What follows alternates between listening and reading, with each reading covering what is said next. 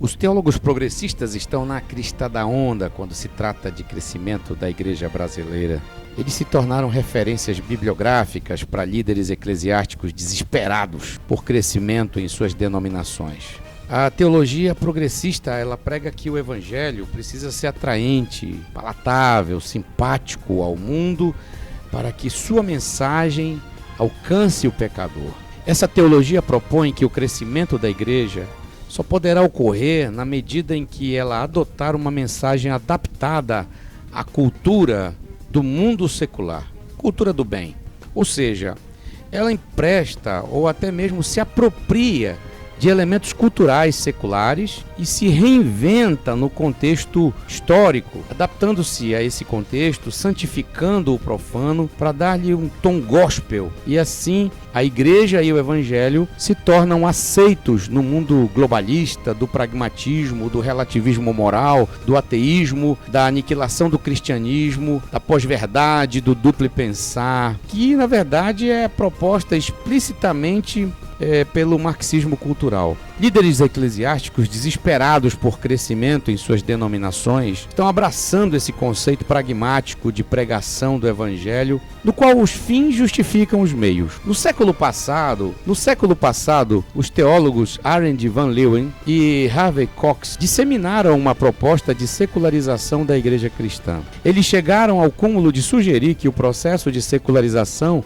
é o resultado direto e correto da fé bíblica. Isso foi suficiente para que muitos teólogos e líderes eclesiásticos aderissem a essa proposta de um cristianismo secular, de um Cristo secularizado, de cristãos secularizados. A mensagem oculta dessa teologia é a negação da eficácia do evangelho como poder de Deus e como instrumento absoluto de atração do pecador ao arrependimento e à conversão. Que o evangelho é anacrônico e que precisa se contextualizar a partir da mimese cultural ou da imitação da cultura secular do tempo histórico em que ele é proclamado pelo seu agente orgânico, que é a igreja. Seguindo o roteiro do pensamento do escritor, poeta Oscar Wilde, a igreja imita mais o mundo do que o mundo imita a igreja. A igreja fantasia o evangelho com caracteres da cultura secular e apresenta ele ao mundo, ao pecador, para atraí-lo a Cristo.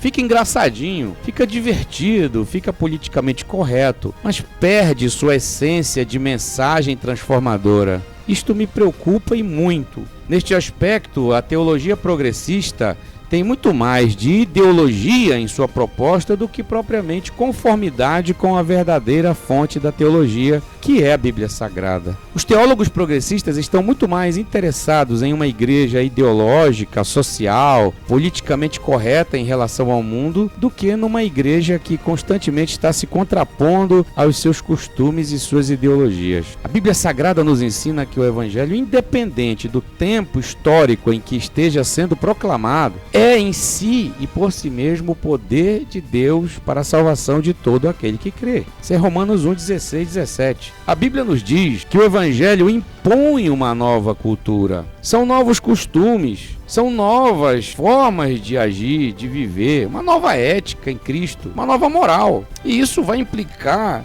em mudanças significativas de comportamento que exigem renúncia de costumes relacionados à vida mundana, inclusive da aparência daquilo que antes nos prendia ao mundo e ao pecado. Onde o evangelho chega, a cultura é modificada. Atos 16, 20, Atos 19, 19. Veja isso, está na Bíblia. Assim como a presença de massa deforma o tempo e o espaço, a presença do evangelho deforma as culturas. Sim, deforma, causa mudança nas culturas. O evangelho não veio para se adaptar ao mundo ou ser transformado por ele. O evangelho veio para modificar o estado de coisas, veio para transformar as pessoas em novas criaturas. 2 Coríntios 5,17 fala sobre isso. A mensagem final desta palavra que eu quero deixar para você é a de Paulo em Romanos capítulo 12, verso 2. E não vos conformeis a este mundo, mas transformai-vos pela renovação da vossa mente, para que experimenteis qual seja a boa, agradável e perfeita vontade de Deus. Eu desconfio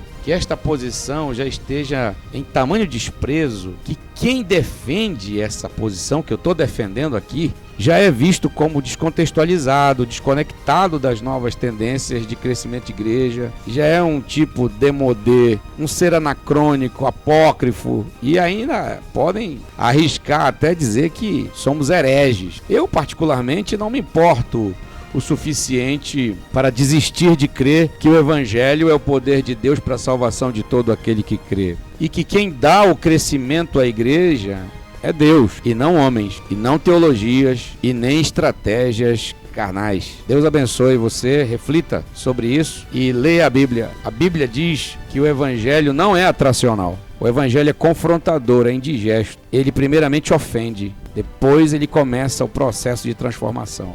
Fiquem na paz do Senhor Jesus Cristo. Um abraço para todos vocês.